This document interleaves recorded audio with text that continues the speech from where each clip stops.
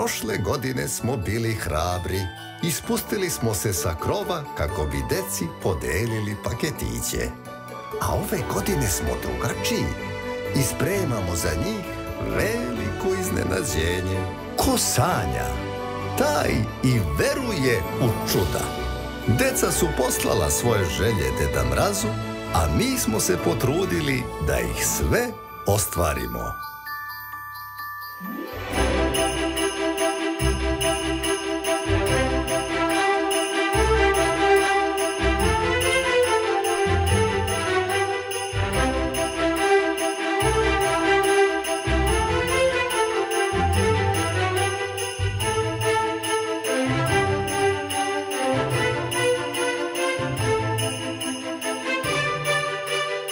A onda je Deda Mraz telefonom lično pozvao svakog od njih.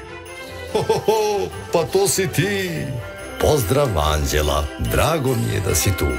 Pozdrav Ivana, pozdrav Lara, Plavice, Tanja, Nikolina. Ovdje deda sa severnog pola puno gleda, tako sam srećan što te vidim. Nešto važno lično ću ti reći. Želim ti srećnu novu i poklon najveći.